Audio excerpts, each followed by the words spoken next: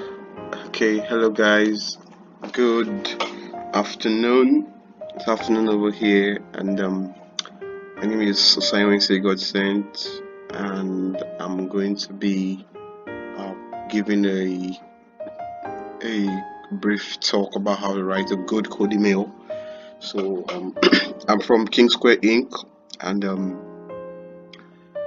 we are involved in giving consultancy services for persons who are needing assistance with securing scholarships abroad, writing statement of purpose, and general inquiries about scholarships, especially for overseas and postgraduate programs. You understand? So um, today I'll be talking about how to write a good code email. So, okay, first and foremost, before we dive um, into what how to write a good code email, we need to know what a code email is. Okay, so a code email is a mail you send to a prospective research professor from a student, requiring the research professor to see uh, the to see the experience, the work experience, the skill set of the applicant, and then give a verdict as to whether or not the research professor would want to have that student as his research student. So basically, you're applying to a school, or before you want to apply to a school, but you want to reach out to a specific professor in that department of your interest and make him see reason why he should have you as his research student. You understand? So usually, a lot of times, persons would say that it's not proper to just pay application fees to a whole lot of schools. Like for instance, some person might apply to 10 schools and pay application fee to those 10 schools, and at the end they might find out that they don't get any funding from those schools. So to avoid this, one of the ways to do is to first and foremost, before you start paying the application fee, you reach out to some research professors in that department of your interest, and then you write a code email to them telling them these are your interests, this is what you've done, and showing them your strength and how it connects with their research work. And then after they review it and they are like, okay, this is a good student, I would love to have this person as my student, then you can go ahead to apply. So this increases your chances of getting a full funding and prevents you from spending unnecessary amounts for application fees. You understand? So personally, I've written a lot of code emails, and in my early code emailing career, okay, if I want to use that term, I didn't get a lot of responses. And over time, I got to know and understand why, and then I started writing solid code emails, and I started getting the responses I had wanted previously. You get. So first and foremost, I would say that a good code email takes some time. You understand? If you want to write a good code email, it takes some time. It's not something you can just hastily do. If you write a hasty code email, you might not get the response you are actually wanting. You understand? So you have to take your time to craft a good code email, so you don't rush into it. And if it takes you a few hours to craft a good code email, it's better than write a random code email to professors.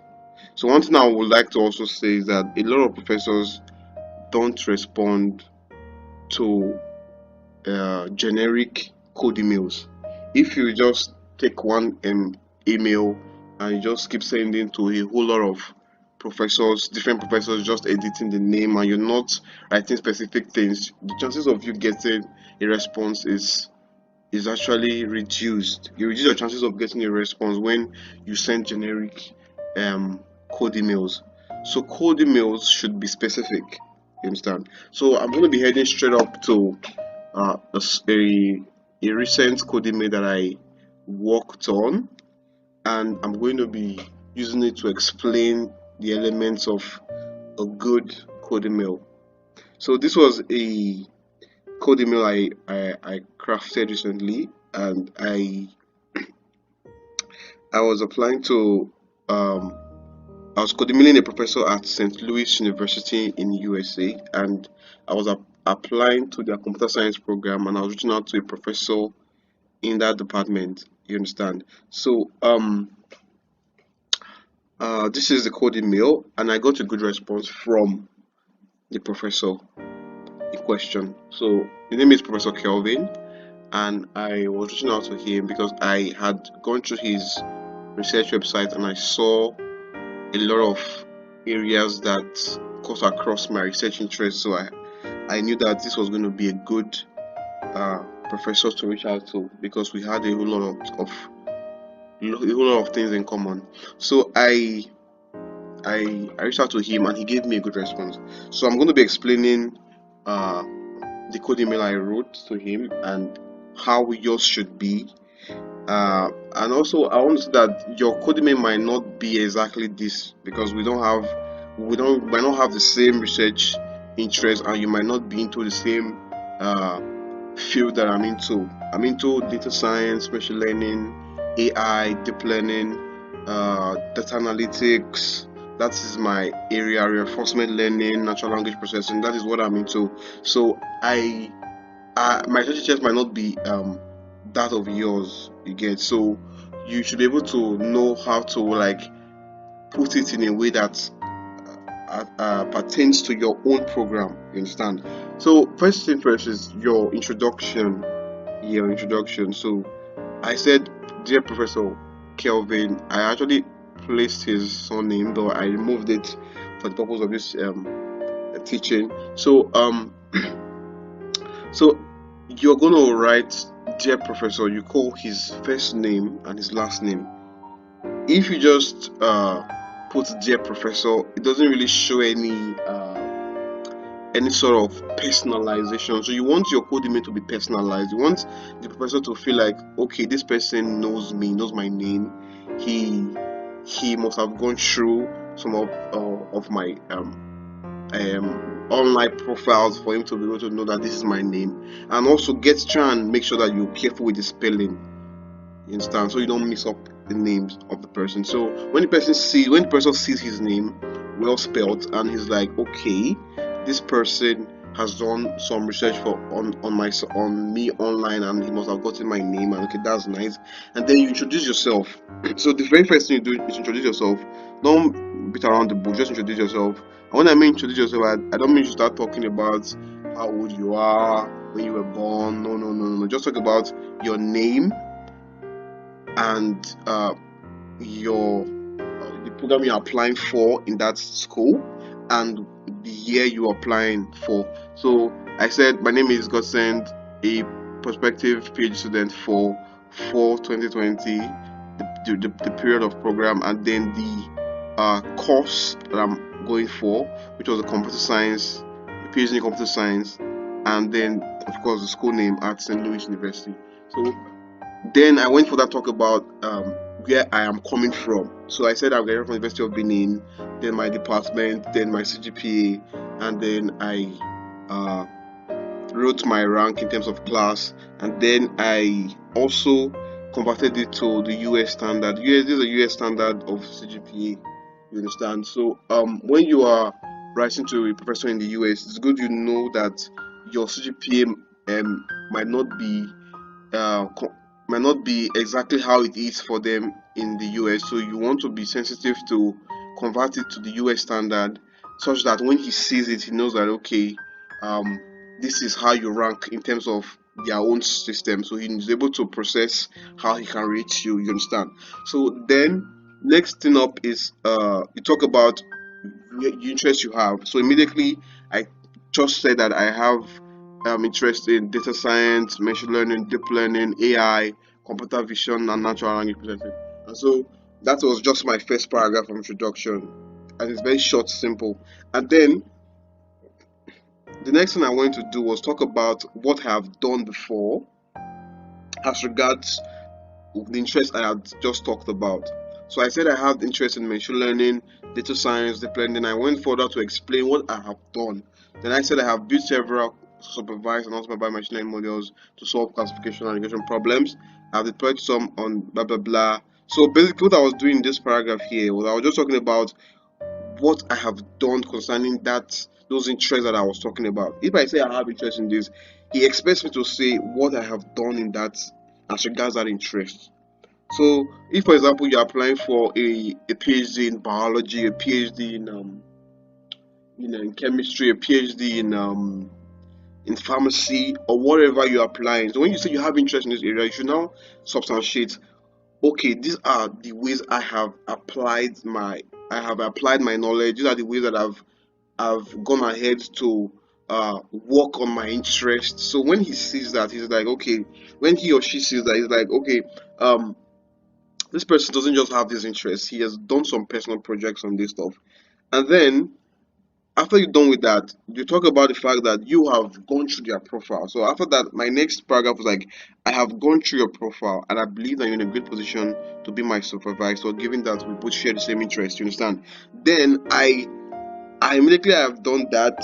I went ahead and I said that I had read a couple of your articles and publications, and then I picked one of them that I had gone through. So this paragraph is very important.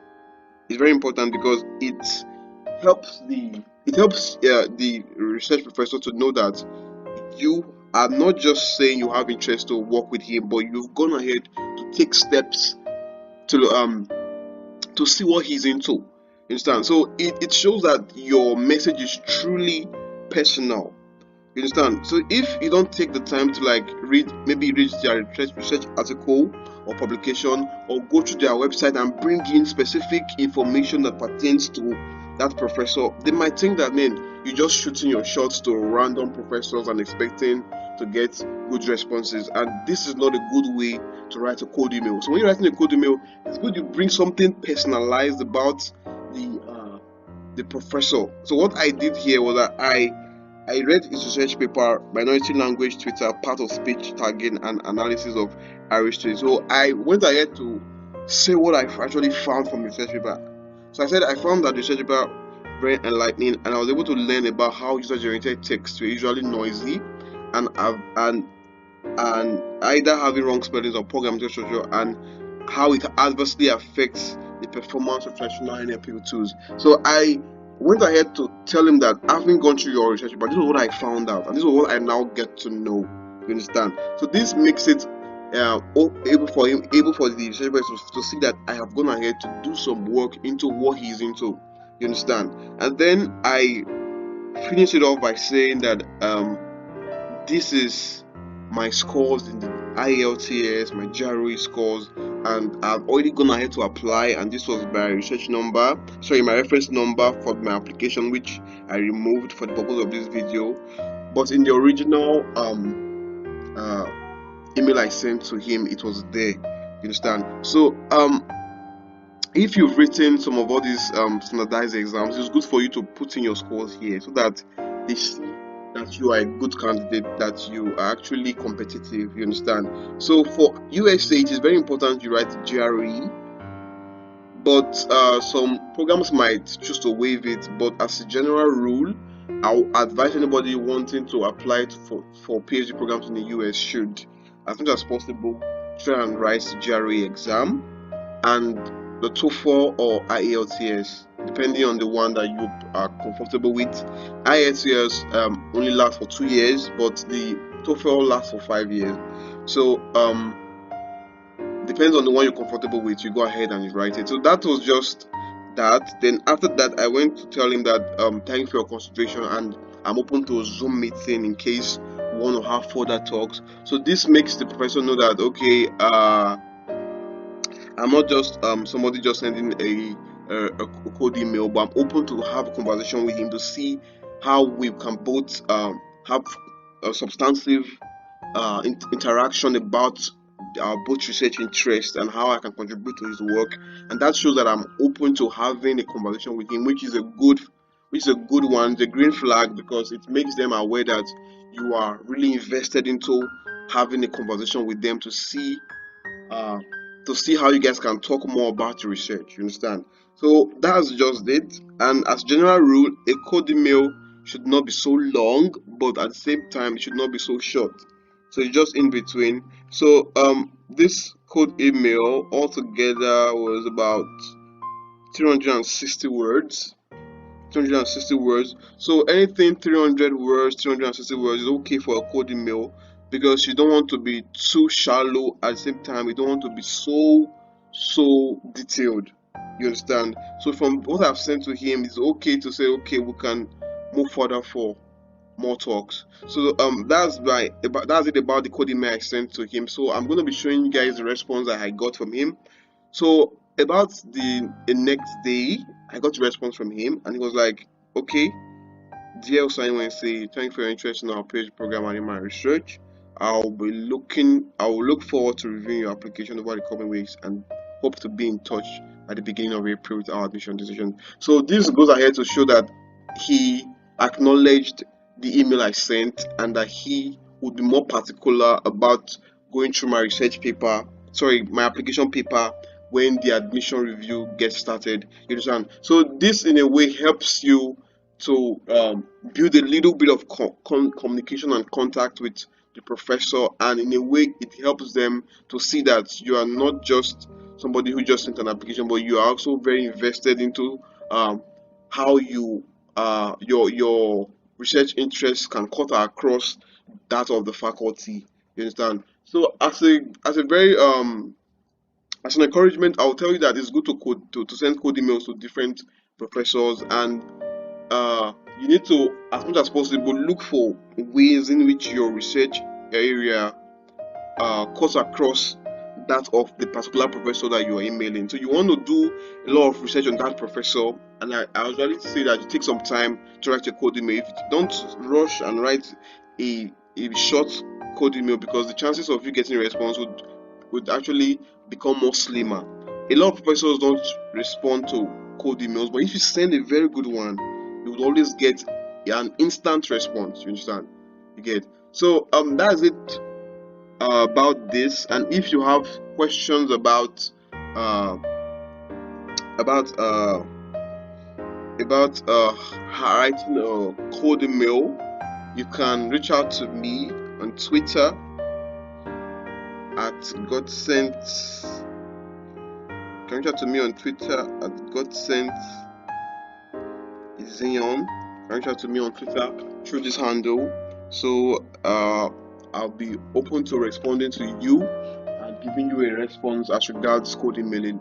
So that's the end of our program today, how to write a good code email, and I hope you learn one or two things from this. Thank you.